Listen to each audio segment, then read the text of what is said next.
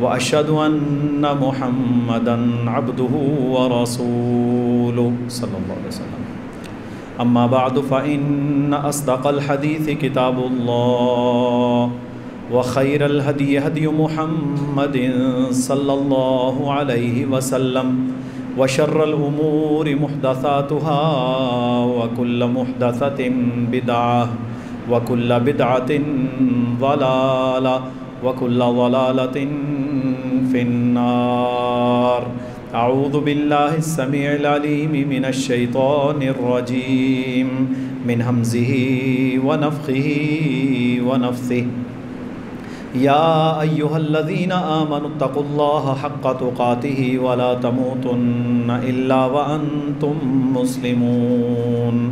يا أيها الناس اتقوا ربكم الذي خلقكم من نفس واحدة وخلق منها زوجها وبث منهما رجالا كثيرا ونساء واتقوا الله الذي تساءلون به والأرحام إن الله كان عليكم رقيبا. يا أيها الذين آمنوا اتقوا الله وقولوا قولا سديدا يصلح لكم أعمالكم ويغفر لكم ذنوبكم ومن يطع الله ورسوله فقد فاز فوزا عظيما. رب اشرح لي صدري ويسر لي أمري واحلل عقدة من لساني يفقه قولي. اللهم صل على محمد وعلى آل محمد كما صليت على إبراهيم وعلى آل إبراهيم إنك حميد مجيد. اللهم بارك على محمد وعلى آل محمد كما باركت على إبراهيم وعلى آل إبراهيم إنك حميد مجيد. اللہ رب العالمین نے عالم اور جاہل کا فرق قرآن مجید میں اس طرح بیان کیا ہے جس طرح بینائی والا، دیکھنے والا اور اندھے کا فرق ہے. جو بندہ بصارت رکھتا ہے، دیکھتا ہے، اور جو بندہ نابینا ہے اس میں کتنا فرق ہوتا ہے؟ بہت بڑا فرق ہے اس میں. اسی طرح فرمایا جو بندہ پاؤں کے بل سیدھا ہو کے چلتا ہے اور کوئی شخص اگر سر کے بل چلے الٹا تو وہ برابر نہیں ہو سکتے، حالانکہ سر کے بل چلنا ممکن ہی نہیں. اسی طرح رسول اللہ صلی اللہ علیہ وسلم نے فرمایا العلماء ورثۃ الانبیاء. جو علم والے ہیں، علماء ہیں، وہ نبیوں کے وارث ہیں. ہم سب جو ترکہ یا وراثت چھوڑ کے جاتے ہیں تو ہماری اولاد، بیوی بچے، بہن بھائی، ماں باپ، جو وارث ہیں وہ اس کے وارث بنتے ہیں. نبیوں کے بارے میں اللہ تعالیٰ کا نظام الگ ہے. انبیاء کی مالی وراثت تقسیم نہیں ہوتی. جتنے بھی نبی فوت ہوئے ان کا جو مال ہوتا ہے نا، جو بھی وہ دنیا میں اموال چھوڑ کے جائیں، وہ وراثت تقسیم نہیں ہوتی بلکہ وہ صدقہ کر دی جاتی ہے. نبیوں کی اصل وراثت وہ ہے جو وہ علم چھوڑ کر جاتے ہیں. وہ علم جو انبیاء چھوڑ کر گئے، بالخصوص نبی آخر الزمان جناب محمد الرسول اللہ صلی اللہ علیہ وسلم چھوڑ کر گئے، وہ کون سا علم تھا؟ کتاب اللہ کا علم، سنت رسول اللہ کا علم. یہ وہ علم ہے جس کے نبی کے بعد وارث کون ہیں؟ علماء، جو علم والے ہیں، جس کے پاس جتنا دین کا نالج ہوگا وہ اتنا نبی کا وارث ہوگا علیہ الصلاۃ والسلام. رسول اللہ صلی اللہ علیہ وسلم نے فرمایا صحیح بخاری میں، العلماء ورثۃ الانبیاء، علماء انبیاء کے وارث ہیں. نبیوں نے درہم اور دینار کا کسی کو وارث نہیں بنایا، بلکہ علم کا وارث بنایا۔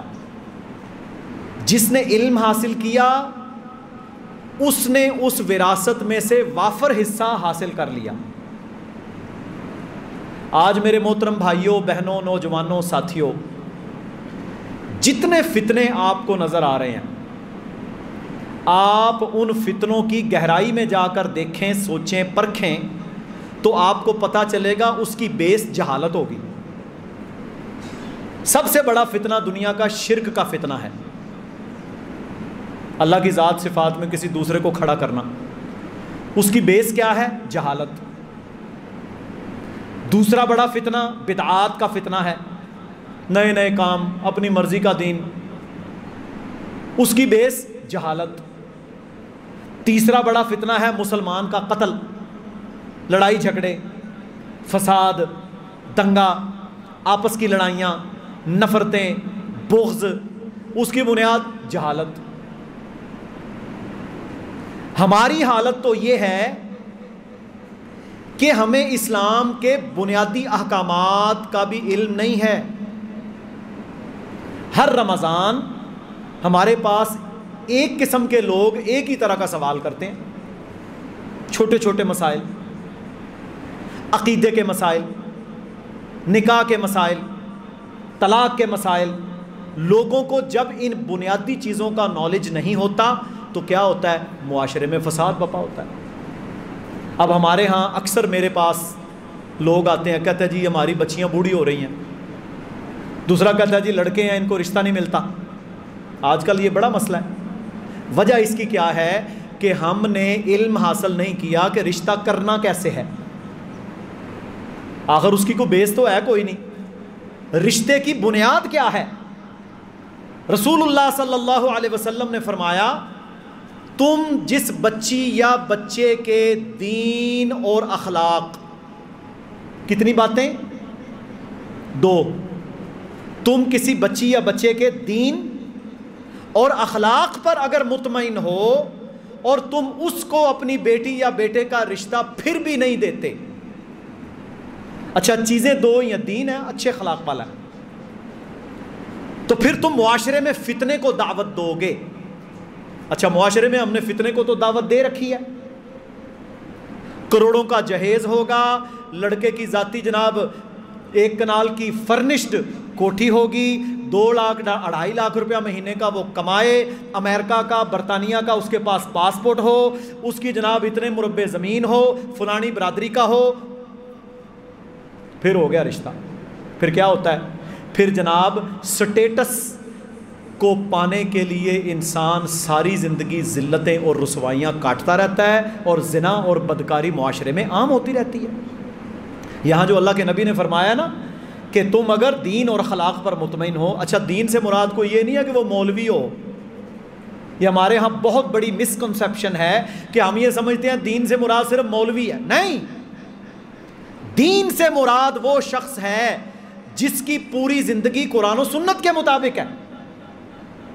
وہ ڈاکٹر بھی ہو سکتا ہے، وہ سائنٹسٹ بھی ہو سکتا ہے، وہ تاجر بھی ہو سکتا ہے، وہ کوئی بھی ہو سکتا ہے۔ دین اچھا ہے اس کا، دین کے مطابق حلال کماتا ہے، اور اس کا اخلاق اچھا ہے، زانی، بدکار، شرابی 2 نمبر بندہ نہیں ہے، آپ اپنی بیٹی کا رشتہ اس کو دے دو۔ پھر یہ علم ہے نا، ہمارے ہاں یہ علم ہی کوئی نہیں، تسی لینڈ ٹور جو ہون چلے جو تسی۔ ہم نے ایسے لوگوں کو دیکھا کہ صرف برادری کی بنیاد پر وہ لوگ رشتہ نہیں کرتے، پھر بعد میں روتے ہیں، اور پھر جو رشتے اس علم کی مخالفت میں کیے جاتے ہیں، پھر طلاقیں، مصیبتیں، لڑائیاں جھگڑے، عدالتوں میں کیس، نسلیں برباد، اولاد برباد، کیا فائدہ ہوا؟ تو میرے بھائیوں بہنوں، علم جو ہے اس کو بنیاد بنایا جائے گا ہر مسئلہ کے اندر۔ اللہ رب العالمین نے ارشاد فرمایا، یرفع اللہ الذین آمنوا منکم والذین اوتوا العلم درجات۔ اللہ رب العالمین ان لوگوں کو اونچا کرتا ہے، ان کے درجے بلند کر دیتا ہے جو لوگ علم والے ہیں۔ سارے میرے بھائی اور میری بہنیں اور بچے، یہ بات اپنے ذہن میں راسخ کر لیں کہ دین کا علم حاصل کرنا صرف مولوی کا کام نہیں ہے. آپ پر اللہ رب العالمین نے یہ ذمہ داری ڈالی ہے کہ آپ توحید کے بارے میں، سنت کے بارے میں، نماز کے بارے میں، روزہ کے بارے میں، حج اور زکوٰۃ کے بارے میں، بنیادی احکامات کے بارے میں علم حاصل کریں. یہ فرض ہے. قرآن ہمارے گھروں میں چھتیوں کے اوپر گرد و غبار کے اندر اٹا ہوا پڑا رہتا ہے، ہم قرآن تو پڑھتے نہیں. مسئلہ تو میرا سارا مسئلے کا حل کتاب اللہ میں موجود ہے، سنت رسول اللہ میں موجود ہے، لیکن میں نے کیا کیا؟ میں نے علم کا سارا بوجھ چند علماء یا مولویوں کے اوپر ڈال دیا. پھر کیا ہوا؟ پھر گمراہ لوگ آگے آئے جن کو قرآن و سنت کا نالج نہیں ہوتا، علم نہیں ہوتا، وہ خود بھی گمراہ ہوتے ہیں، آپ لوگوں کو بھی گمراہ کرتے ہیں. ایسے بھی تو لوگ موجود ہیں نا جن کا آج بھی یہ عقیدہ ہے کہ اگر میں نے اپنی بھینس کا دودھ فلاں دربار کے اوپر نہ چڑھایا تو اس کا دودھ خشک ہو جائے گا. ہے نا ایسا عقیدہ لوگوں کا؟ حالانکہ بھینس کے تھن میں دودھ اتارنے والا اللہ، اس کو صحت دینے والا اللہ، یہ سارے کام تو ہیں ہی رب العالمین کے. ایک ادنا سی مخلوق جو خود اللہ کی محتاج ہے وہ تجھے کیا دے گی؟ وجہ کیا ہے اس کی؟ جہالت. وجہ کیا ہے؟ جہالت. اب ایک حدیث ہے صحیح مسلم کی، میں صبح پڑھ رہا تھا ریاض الصالحین، اس کے اندر میرے بھائیوں یہ حدیث صحیح مسلم کی، رسول اللہ صلی اللہ علیہ وسلم نے فرمایا اللہ کے نزدیک عالم با عمل، یہاں عالم سے مراد با عمل ہے، وہ نہیں کہ جو علم والا ہو لیکن علم کی مخالفت کرے. فرمایا رسول اللہ صلی اللہ علیہ وسلم نے اللہ کے نزدیک ایک عالم اور عابد، عابد سے مراد پتہ کون ہے؟ جس کے پاس علم کوئی نہیں لیکن عبادت بڑی کرتا ہے، جس کے پاس علم کوئی نہیں لیکن نمازی بھی ہے، سارا ہے. فرمایا ایک عالم جو عمل والا ہے اور ایک عبادت کرنے والا جو علم سے کورا ہے، ان کی مثال میرے نزدیک، اللہ کے نزدیک اس طرح ہے جس طرح تمہارے اندر، آپ نے فرمایا میری اور ایک ادنا بندے کی مثال ہے. اللہ کے نبی نے اپنی مثال دی ہے. فرمایا جس طرح میں محمد صلی اللہ علیہ وسلم اور تم میں سے ایک ادنا انسان ہے، اسی طرح ایک عالم اور عابد کا فرق ہے. تو میرے بھائیوں اور بہنوں، جب سے ہم نے دین کا اصل علم حاصل کرنا چھوڑا، اس وقت سے گمراہیاں ہمارے اندر آئیں. ہم نے اولادوں کو نہیں سکھایا، بیویوں کو نہیں سکھایا، گھروں میں اس کو شامل نہیں کیا، قرآن کا ترجمہ اس کو نہیں پڑھا، حدیث کا رسوخ ہم نے حاصل نہیں کیا، دعائیں ہم نے نہیں یاد کی، نماز کا طریقہ ہم نے نہیں سیکھا، وضو کے احکامات ہم نے نہیں سیکھے، طہارت کے احکامات ہم نے نہیں سیکھے. ہم تو اتنے جاہل ہیں کہ میرے پاس ایک شخص آیا، کہتا ہے مجھے 10 سال سے زیادہ عرصہ ہو چکا ہے میری شادی کا، میں نے ایک خطبہ سنا، اس خطبے میں مجھے پتا چلا کہ غسل جنابت کیا چیز ہے. 10 سال شادی کو ہو گئے، نہ مرد کو پتا نہ عورت کو پتا کہ غسل کا طریقہ ہے بھی یا غسل کرنا بھی لازم ہے کہ نہیں. کوئی حد ہے یار. یہ ہماری حالت ہے. اور میرے بھائیوں، لوگ پریا پنچایت والے بڑا جناب اپنے آپ کو وہ مامے خاں اور پاٹے خاں سمجھتا ہوگا، لیکن اس کو بنیادی طور پر اس بات کا بھی علم نہیں ہے کہ غسل کے احکامات کیا ہیں. تو علم کے ساتھ رسوخ حاصل کریں. آپ کے پاس فارغ وقت ہوتا ہے، ٹھیک ہے آپ کتاب نہیں پڑھ سکتے، موبائل کے اندر ایپس کریں. آج تو الحمدللہ آپ کو ابن کثیر ملے گی، آپ کو بہترین قسم کی تفاسیر اور احادیث کی کتابیں ملیں گی. آپ پڑھ نہیں سکتے تو سن لیں، ویڈیو دیکھیں، آپ کو پتا چلے کہ دین کا علم کیا ہے. یہ علم حاصل نہیں ہوگا تو میرے محترم بھائیوں پھر ہم نے دیکھا ہے کہ ہمارے ماحول اور معاشرے کے اندر کیا جاری ہے. کالجز میں کیا جاری ہے، یونیورسٹیوں میں کیا جاری ہے، ماحول میں، وجہ کیا ہے؟ علم، علم نہیں۔ رسول اللہ صلی اللہ علیہ وسلم نے فرمایا تم میں سب سے بہترین بندہ اللہ کے نزدیک کون ہے؟ خیرکم خیرکم، تم میں سب سے بہترین بندہ اللہ کے نزدیک وہ ہے من تعلم القرآن، جو دین اور قرآن کا علم سکھاتا ہے۔ وعلمہ، سیکھتا اور سکھاتا ہے۔ قرآن کا علم سیکھنا، قرآن سکھانا، اس سے بہتر بندہ اللہ کے نبی نے فرمایا کوئی نہیں ہے۔ اور ہم نے قرآن کتنا سیکھا؟ 10 سالہ نمازی، 20 سالہ نمازی، آج تک پورا ترجمہ نہیں ہم پڑھ سکے۔ میرے رب کا پیغام ہمارے نام آیا، ہم نے کتاب اللہ کا پورا ترجمہ نہیں پڑھا، آج آپ کے پاس ترجمہ نہیں موجود۔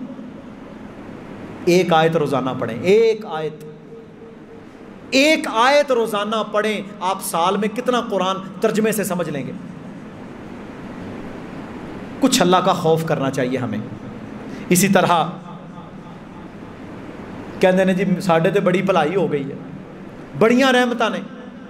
اللہ کے نبی صلی اللہ علیہ وسلم نے فرمایا، صحیح بخاری میں حدیث ہے، فرمایا اللہ رب العالمین من یرید اللہ بہ خیرا، اللہ رب العالمین جس بندے کے لیے بھلائی کا ارادہ کرتا ہے، کس چیز کا؟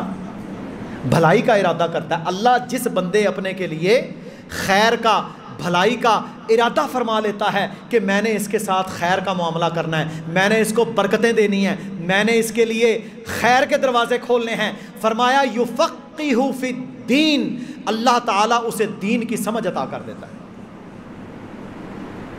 جس کے لیے بھلائی کا دروازہ کھل گیا، اس کے لیے کیا ہوا؟ اس کو دین کی سمجھ آ گئی، انڈرسٹینڈنگ ہو گئی، دین کا پتہ چل گیا۔ ابھی پچھلے دنوں، یہ 2 ہفتے پہلے، امریکہ کا ایک سنگر، پورے جسم کے اوپر ٹیٹوز بنے ہوئے ہیں، وہ جو گدواتے ہیں نا، رنگ بھرواتے ہیں، پورے جسم پر ٹیٹوز بنے ہوئے ہیں، ساری زندگی گانے گاتا رہا، میرے رب نے اس کے لیے خیر کا دروازہ کھولا، اللہ نے اس کو اسلام کی نعمت سے سرفراز کیا۔ میرے بھائیوں، وہ بیت اللہ کے اندر طواف کر رہا تھا۔ اب ظاہر ہے وہ ختم کروانے کو سوکھا کام نہیں ہے، وہ ختم نہیں ہوتے، پورے جسم پہ بنے ہوئے، احرام باندھا ہوا، زمانہ جاہلیت کا وہ گند نظر آ رہا ہے، داڑھی اس نے بڑھائی ہوئی، میرے بھائیوں بال سنت کے مطابق وہ عمرہ کر رہا ہے، اللہ نے اس کے لیے خیر کا دروازہ کھول دیا، اللہ نے اس کے لیے خیر کا دروازہ کھول دیا۔ اور ہم وہ ہیں جو کلمہ پڑھنے والی ماں اور کلمہ پڑھنے والے باپ کے گھر میں پیدا ہوئے، ہمیں اسلام اپنے گھر کے اندر ملا، لیکن ہماری حالتیں یہ ہیں کہ ہم آج تک اللہ کی کتاب کا ترجمہ نہیں پڑھ سکے۔ کتنا بڑا المیہ ہے، اور پھر مصیبتیں تو آئیں گی، مسائل تو بنیں گے۔ آپ کی بیوی کو ترجمہ آتا ہو نا، اللہ کی قسم منبر رسول سے بتا رہا ہوں، اس کو اگر قرآن کا ترجمہ آتا ہو، اسے پتا ہوگا میرے خامد کے حقوق کیا ہیں۔ آپ نے اگر ترجمہ پڑھا ہو، آپ کو پتا ہوگا میری بیوی کے اور بچوں کے اور دیگر لوگوں کے رائٹس کیا۔ لڑائی جھگڑے فتنوں کی جڑ جہالت، قرآن سے دوری ہے۔ تو کیا فرمایا؟ اللہ رب العالمین جس کے لیے خیر اور بھلائی کا ارادہ کرتا ہے، یفقہہ فی الدین، اللہ تعالیٰ اسے دین کی سمجھ اور خیر عطا فرما دیتا ہے، دین کی سمجھ عطا فرما دیتا ہے۔ اللہ اکبر کبیرہ۔ اور میرے بھائیوں، رسول اللہ صلی اللہ علیہ وسلم نے فرمایا کہ دین کا علم حاصل کرو، دین کا علم حاصل کرو۔ اچھا، علم اور سکل، ہنر، اس میں فرق کریں۔ ہمارے ہاں کیا کہا جاتا ہے؟ طلب العلم فریضۃ علی کل مسلم، علم کا حاصل کرنا ہر مسلمان مرد و عورت پہ فرض ہے۔ ٹھیک ہے، کون سا علم؟ علم میرے بھائیوں بہنوں بنیادی طور پر وحی الہی کا نام ہے۔ جو علم ہے نا، علم وہ صرف وحی کا نام ہے اور اللہ کے نبی کی سنت کا نام ہے۔ باقی ڈاکٹر، سائنسدان، انجینئر، فلاں شعبہ، ایسٹرونومی ہے، جیالوجی ہے، جتنے شعبے ہیں وہ کیا ہے؟ وہ ہنر ہیں، ہنر، سکلز، وہ سارے اس وحی والے علم اور حدیث اور دین کے علم کے نیچے ہیں. بات سمجھ آ گئی ہے؟ وہ ہنر ہے، ہنر. وہ آپ کی زندگی کو گزارنے کے لیے وہ ہنر اللہ نے عطا کیے، لیکن وہ علم نہیں ہے. علم اصل وہ ہے جو اللہ نے وحی نازل کی. اب دیکھ لیں دنیا میں کتنے بڑے بڑے پروفیسر اور سائنسدان ہیں، ان کو اصل علم کا نہیں پتہ چلا، کفر اور شرک پر مر گئے. میرے بھائیو کیا فائدہ ان کے علم کا؟ کیا فائدہ ان کے علم کا؟ ان کو یہ نہیں پتا استنجا کیسے کرنا ہے، واش روم میں کیسے جانا ہے. ڈگری اس کے پاس PhD کی ہے، لیکن اسے یہ نہیں پتا کہ میں نے بیٹھ کے پیشاب کرنا ہے یا کھڑے ہو کے پیشاب کرنا ہے. علم تو کوئی نہ ہوا. پھر اسے یہ نہیں پتا کہ ماں بہن اور بیٹی میں فرق کیا ہے. اسے یہ نہیں پتا کہ حلال اور حرام کیا ہے. اللہ اکبر. تو کیا ہے؟ فرمایا علم سے یہ ساری چیزیں آپ کو پتہ چلیں گی. اسی طرح رسول اللہ صلی اللہ علیہ وسلم نے فرمایا جو شخص علم کے راستے پر نکلتا ہے. علم کا راستہ کون سا ہوتا ہے؟ قرآن پڑھنے کے لیے، حدیث پڑھنے کے لیے، دین سیکھ رہا ہے، گھر میں بیٹھ کر، دفتر میں بیٹھ کر، رات کو دن کو سن رہا ہے، سیکھ رہا ہے. فرمایا جو بندہ اس راستے پہ چل رہا ہوتا ہے، اللہ رب العالمین کی ساری مخلوق اس کے لیے دعائیں کرتی ہے. اللہ کی ساری مخلوق اس بندے کے لیے دعائیں کرتی ہے. ہمارے یہاں پتہ ہے بندوں کو دعا کرے جی ساڑھے واسطے ہیں. کوئی حج پہ جا رہا عمرے پہ، دعائیں کیجئے، ٹھیک ہے کہنا جائز ہے، لیکن وہ تو ایک بندہ ہے جسے آپ کہہ رہے ہیں مجھے دعاؤں میں یاد رکھنا. آپ قرآن کی ایک آیت سیکھنے کے لیے، حدیث سیکھنے کے لیے آپ اپنا وقت نکالیں. میرا رب کہتا ہے، رسول اللہ صلی اللہ علیہ وسلم نے فرمایا کہ اللہ تعالیٰ کی ساری مخلوق اس کے لیے دعائیں کرتی ہے، حتیٰ کہ سمندر کی مچھلیاں اس کے لیے دعائیں کرتی ہیں. اور سمندر میں مچھلیوں کی تعداد ان گنت ہے.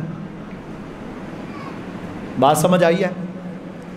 ساری مخلوق کی دعائیں آپ کو کب ملیں گی؟ جب آپ قرآن سیکھیں گے، جب آپ اللہ کے نبی کی حدیث سیکھیں گے، جب آپ کوئی دعا سیکھیں گے، جب آپ اسلام کی کوئی بات سیکھیں گے، جب آپ نیکی کا کوئی کلمہ سیکھیں گے، تو ساری مخلوق انشاءاللہ آپ کے لیے دعائیں کرے گی.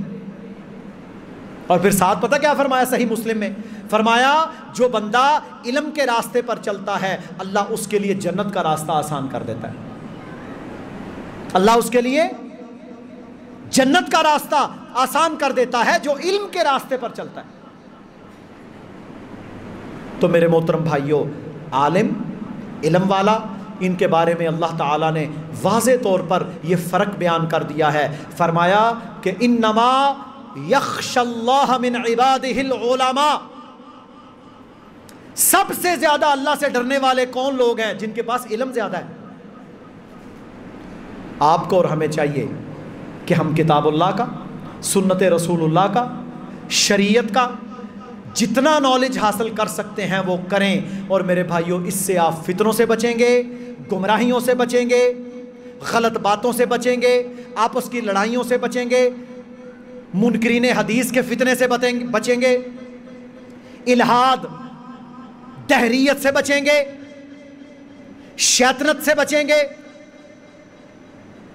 یہ سارے فتنے آج معاشرے کے اندر چھائے ہوئے ہیں اور لوگ ان کو پھیلا رہے ہیں انسانوں کو گمراہ کرنے کے لیے. ملحدین، اللہ کا منکر، رسول اللہ کا منکر، کتابوں کا منکر، فرشتوں کا منکر، لا دین بدبخت، پڑھتا کلمہ ہو اور کہے میں رسول اللہ کی حدیث کو نہیں مانتا. جس نبی پر قرآن نازل ہوا اگر تو اس نبی کی بات نہیں مانتا، تیرے سے بڑا بدبخت کون ہے؟ حدیث کا انکار کر دے گا. ایسا ایسا فتنہ. اور یہ فتنے ختم کرنے ہیں تو طریقہ کیا ہے؟ آپ کو قرآن کا نالج ہونا چاہیے، آپ کو اللہ کے نبی کی حدیث کا معاملہ پتہ ہونا چاہیے کہ اس کی وقت اور مقام کتنا بڑا ہے. یہ تو وہ چیز ہے کہ قرآن کی تشریح اگر کسی نے دیکھنی ہے عملی تو وہ اللہ کے نبی کی حدیث ہے. تو ان فتنوں سے بچنا ہے تو آپ کو علم حاصل کرنا پڑے گا۔ اللہ رب العالمین ہم سب کو سمجھنے کی اور عمل کرنے کی توفیق عطا فرمائے، اور اللہ تعالی ہمیں قرآن اور اللہ کے نبی صلی اللہ علیہ وسلم کی حدیث اور دین کا علم حاصل کرنے کی توفیق دے۔ وآخر دعوانا ان الحمد للہ رب العالمین۔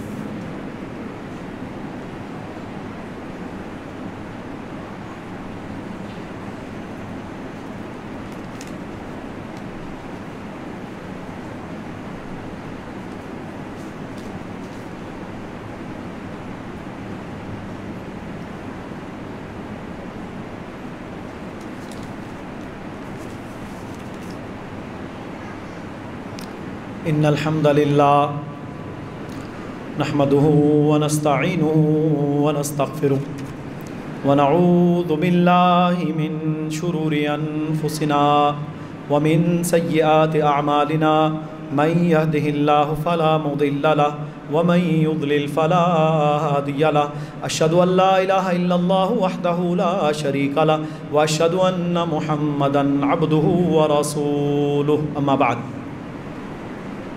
محترم بھائیوں،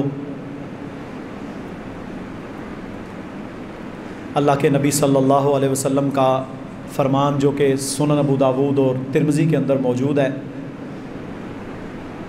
فرمایا جو شخص خوب اچھی طرح سے جمعہ کے دن غسل کر کے گھر سے نکلا،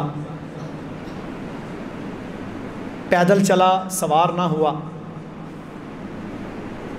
راستے میں جہاں سے گزرا اس راستے کا حق ادا کیا، یعنی لوگوں کو سلام کرتا ہوا آیا، امام کے منبر پر چڑھنے سے پہلے وہ مسجد میں پہنچ کر بالکل قریب ہو کر بیٹھا اور اس نے پورے غور کے ساتھ خطبہ جمعہ کو سنا، کوئی لغو حرکت نہیں کی، یعنی جمعہ کے دوران باتیں اور تنکے توڑنا اور خارج کرنا اور بالوں سے کھیلنا وغیرہ، لغو حرکت، کوئی لغو حرکت نہیں کی۔ فرمایا جس نے یہ کام کیے اللہ رب العالمین اسے ہر قدم کے بدلے 100 قدم آیا ہے، 1000 قدم آیا ہے یا 1,00,000 قدم آیا ہے، اللہ رب العالمین اسے ہر قدم کے بدلے 1 سال کے روزے نفلی، کتنے جی؟ وہ پائی ایک نہیں رکھن ہوندہ، رمضان کے بعد کتنے لوگ ہیں جنہوں نے روزے رکھے؟ 1 سال کے نفلی روزے اور 1 سال کی راتوں کے قیام یعنی تہجد کا اجر اللہ اسے عطا کرے گا۔ بالکل صحیح حدیث، رسول اللہ صلی اللہ علیہ وسلم کا فرمان، سنن ترمذی اور سنن ابو داود کے اندر۔ اب میرے بھائیوں، ہم سب ذرا اپنے آپ کو تولیں کہ میں کہاں کھڑا ہوں۔ جمعہ کا دن، چھٹی کا دن، گھر بھی اللہ نے دیا، غسل کے لیے سامان بھی فراہم کیا، کپڑے بھی موجود، کاروبار بھی آج کوئی نہیں، مصروفیت بھی کوئی نہیں، سفر میں بھی کوئی نہیں پھنسا، ایمرجنسی بھی کوئی نہیں تھی، بیمار بھی نہیں تھا، لیکن جناب اس وقت مسجد میں آیا جب بالکل نماز ہونے کو تیار ہے۔ میرے محترم بھائیوں، اپنے بچوں کو اگر وہ 90+ یا A++ نمبر نہ لیں، آپ جناب آنکھیں نکالتے ہیں، اور جب جمعے کا دن ہو جہاں آپ کی دنیا اور آخرت سنورنی ہے، وہاں ہمیں پرواہ کوئی نہیں۔ اب دیکھیں نا، ایک بندہ 100 قدم آیا ہے، اسے 100 سال کے روزے اور 100 سال کی نماز تہجد کا اجر صرف ان چند کاموں سے ملے گا۔ کرنا تو ہے، آئے تو آپ ہیں نا، صرف کیا ہے آپ کو اجر کس چیز کا ملنا ہے؟ آپ نے صبح 10-11 بجے پورے رسوخ کے ساتھ غسل کرنا ہے، دماغ میں یہ چل رہا ہے کہ میں نے انشاءاللہ اس سنت پر عمل کرنا ہے۔ پچھلے دنوں ایک عربی بزرگ بڑا ہی لمبا کو ریگستان میں سفر کر کے جا رہے تھے، عربی چوغا پہنا ہوا، وہ جناب اسی سنت پر عمل کر رہے ہیں۔ ایک بندہ پاس سے بڑی گاڑی کے اوپر گزرتا ہے، روکتا ہے، سلام کرتا ہے، بابا جی سے کہتا ہے بابا جی آئیں بیٹھ جائیں، کہتا ہے آپ جاؤ، میں نے انشاءاللہ اس سنت پر عمل کرنا ہے۔ کتنا اجر لے گئے وہ؟ اور آپ دیکھیں اگر آپ کو 1000 سال کے نفلی روزے 1000 سال کی راتوں کے قیام کا اجر ملے، یہ کوئی میں بابے کی کتاب نہیں، یہ حدیث بتا رہا ہوں، اللہ کے نبی کا فرمان۔ اور پھر دوسرا فرمایا جو سب سے پہلے مسجد میں جمعہ ادا کرنے کے لیے آئے گا جبکہ ممبر پر ابھی خطیب نہ چڑھا ہو، اسے اونٹ کی قربانی کا اجر ملے گا۔ آپ میں سے کتنے ہیں جو اونٹ کی قربانی افورڈ کر سکتے ہیں؟ آج کل 3-4 لاکھ کا تو ہوگا، 5 لاکھ کا کون ہے جو اونٹ کی قربانی افورڈ کر سکے؟ صرف کس وجہ سے اجر ملے گا؟ جب آپ وقت پہ آئیں گے۔ تو میرے بھائیوں، آپ کے وقت پر آنے سے میرا کوئی فائدہ تو نہیں ہے، کس کا فائدہ ہے؟ آپ کا اپنا فائدہ ہے۔ تو انشاءاللہ کوشش کریں ان 2 حدیثوں پر عمل کریں، اور یہ ذہن رکھ لیں جمعرات کو شام کو آپ کا یہ ارادہ ہونا چاہیے کہ میں نے کل انشاءاللہ اونٹ کی قربانی کا ثواب لینا ہے،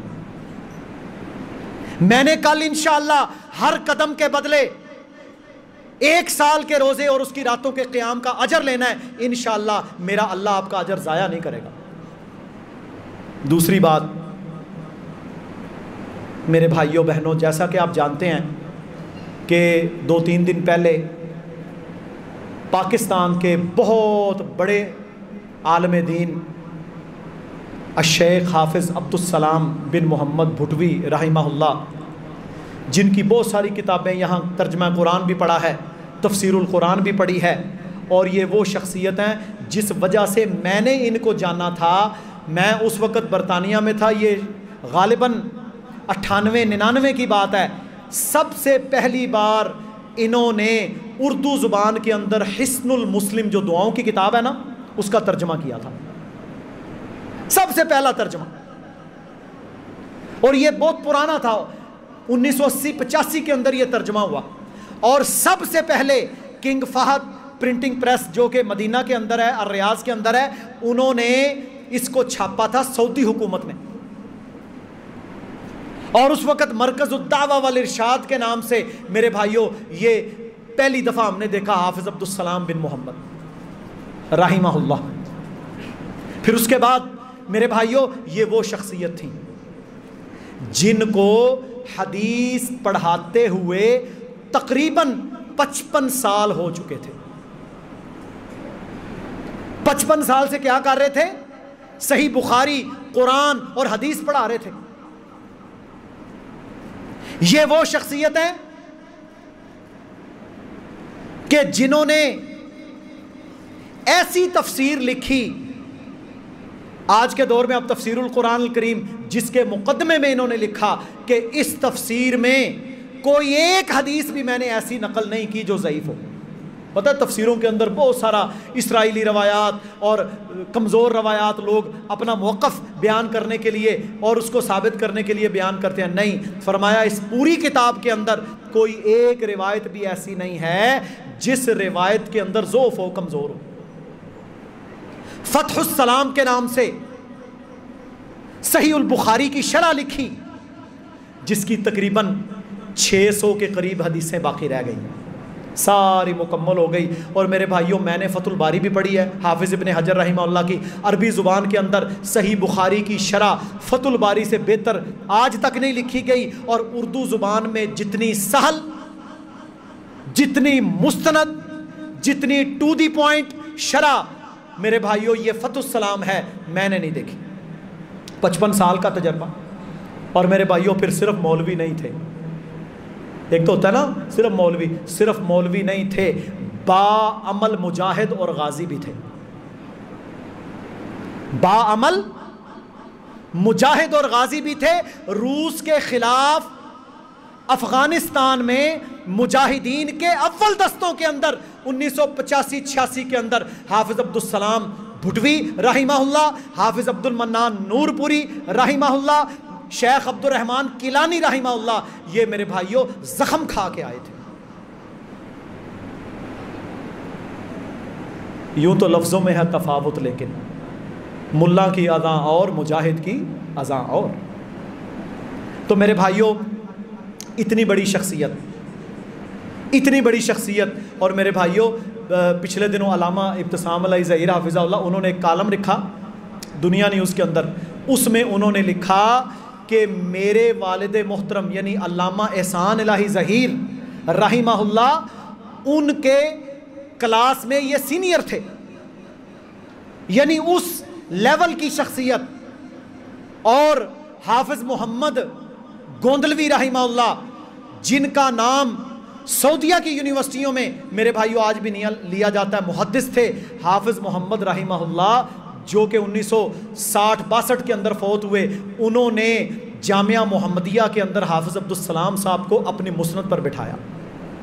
یہ چھوٹا کام نہیں ہے، لاکھوں کی تعداد میں ان کے شاگرد، اتنا بڑا صدقہ جاریہ، لاکھوں کی تعداد میں ان کے شاگرد جو دنیا کے اندر آج بھی موجود ہیں۔ اور میرے بھائیوں وہ قرآن و سنت کا پھریرا لہرا رہے ہیں۔ وہ فوت ہوئے اور ان کی نماز جنازہ میرے بھائیوں شاید ہی جتنا اجتماع ہوتا تھا نا جماعت کا، اتنا بڑا اجتماع تھا اس دن شیخ حافظ عبدالسلام رحمہ اللہ کی نماز جنازہ کا۔ 2009 کے اندر مجھے ان کے گھر میں جانے کا موقع ملا۔ شیخ احسان الحق شہباز صاحب اور حافظ عبدالسمیع عاصم حافظہم اللہ، میں ان کے ساتھ تھا۔ حافظ صاحب کا آج بھی وہی گھر تھا جو اس وقت تھا، ایک کمرہ اندر اور ایک بیٹھک، چھوٹا سا کوارٹر۔ تو میرے بھائیوں جب ہم وہاں گئے تو حافظ صاحب نے ہمیں خود لا کر اپنے ہاتھوں سے کھانا پانی جو موجود تھا پیش کیا۔ تو وہ لڑکے بھی موجود ہیں، شاگرد بھی موجود ہیں، سب لوگوں نے کہا جی آپ بیٹھیں شیخ صاحب ہم کرتے ہیں۔ انہوں نے کہا یار یہ سنت ہے اللہ کے نبی صلی اللہ علیہ وسلم کی، مجھے خود کر لینے دو۔ باعمل شخصیت اور میرے محترم بھائیوں سادہ، اور آپ ان کی صرف کتابیں تفسیر پڑھیں، ان کی کتاب الجامع پڑھیں، جو انہوں نے شرح لکھی ہے فتح السلام پڑھیں، آپ کو پتہ چلے گا کہ نالج کتنا زیادہ ہے۔ آج کے دور میں بڑے بڑے شیوخ الحدیث جو کہ حدیث کے استاد ہیں، وہ کہتے ہیں ہم سب سے زیادہ استفادہ حافظ عبدالسلام رحمہ اللہ کی کتابوں سے کرتے ہیں۔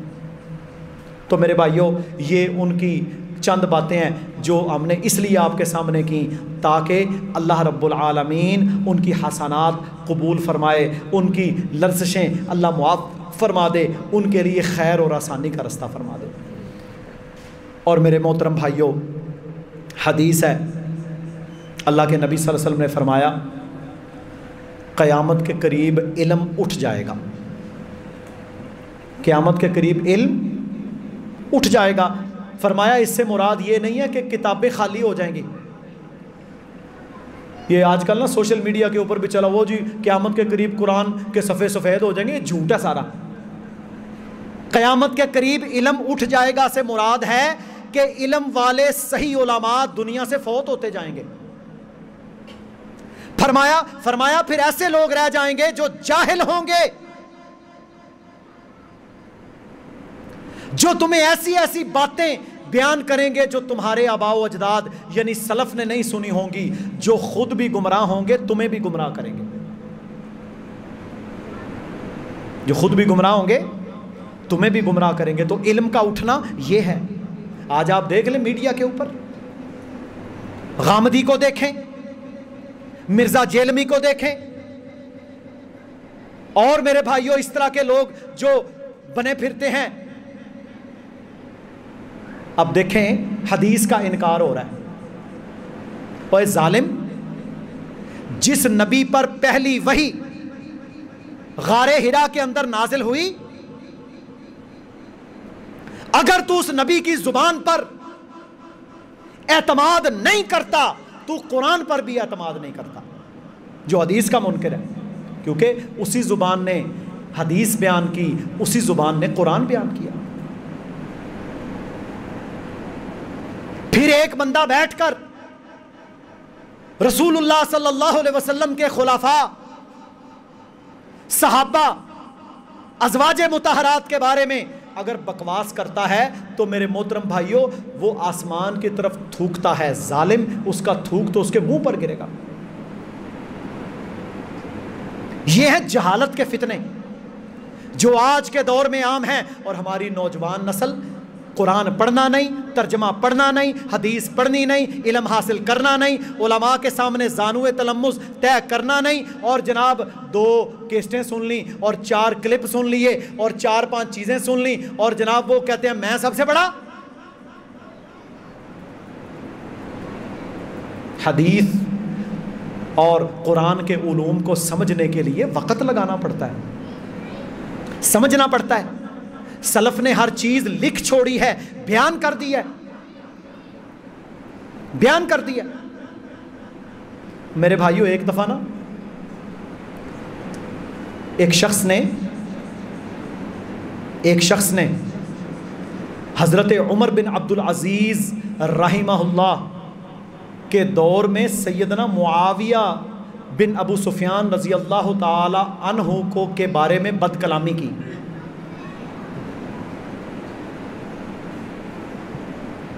حضرت معاویہ کے بارے میں بکواس کیا، تو وہاں پر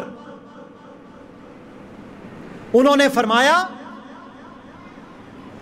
کہ وہ مٹی جو حضرت معاویہ کے گھوڑوں کے ٹاپوں کے اوپر پڑی تھی جب آپ اللہ کے نبی کے ساتھ مل کر جہاد کر رہے تھے، ساری دنیا کے جو آج لوگ موجود ہیں وہ اس مٹی سے بھی میرے بھائیوں نیچے ہیں، وہ اس کا بھی مقابلہ نہیں کر سکتے جو اللہ کے نبی کے صحابی کا مقام ہے۔ جہالت کی بنیاد ہے یہ۔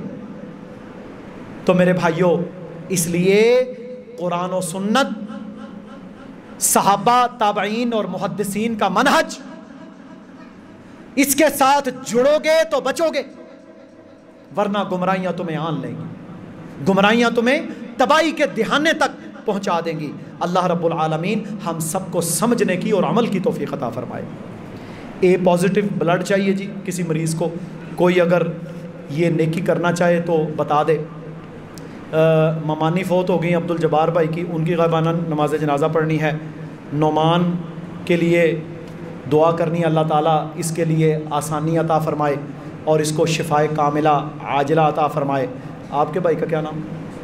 عثمان فوت ہوئے، ان کی غائبانہ نماز جنازہ ادا کرنی ہے، اور بالخصوص آج ہم غائبانہ نماز جنازہ ادا کریں گے الشیخ حافظ عبدالسلام بن محمد بھٹوی رحمہ اللہ کی۔ یہاں سے الحمدللہ ساتھی گئے تھے، ظاہر ہے ہر شخص جا بھی نہیں سکتا، نہ ہی فرض ہے، ٹھیک ہے، تو جو لوگ نہیں جا سکے وہ شیخ کی نماز جنازہ میں ضرور شرکت کریں جو ابھی ہم غائبانہ پڑھیں گے، تاکہ اللہ رب العالمین ان کی مغفرت فرمائے اور اللہ تعالی ہمیں بھی توحید والے، ایمان والے لوگ عطا فرمائے جو کل ہمارے جنازے میں کھڑے ہوں۔ اللہ تعالیٰ کہنے والے اور سننے والوں کو عمل کی توفیق عطا فرمائے۔ وآخر دعوانا ان الحمد للہ رب العالمین۔